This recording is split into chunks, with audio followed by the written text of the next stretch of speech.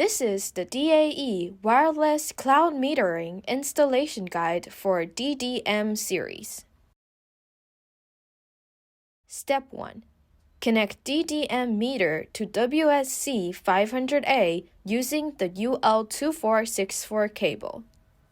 Next, connect the power adapter to WSC500A. Step 2. Connect CC2030 Gateway to WSC500A also using the UL2464 cable.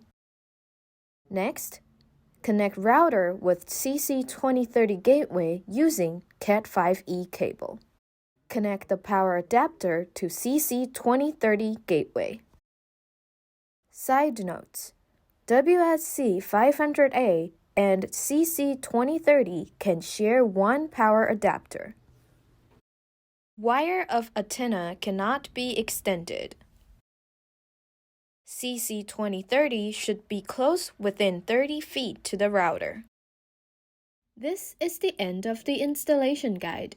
If you have any questions, please contact us at 248-635-3708 or info@daecontrols.com, or refer to our website www.daecontrol.com.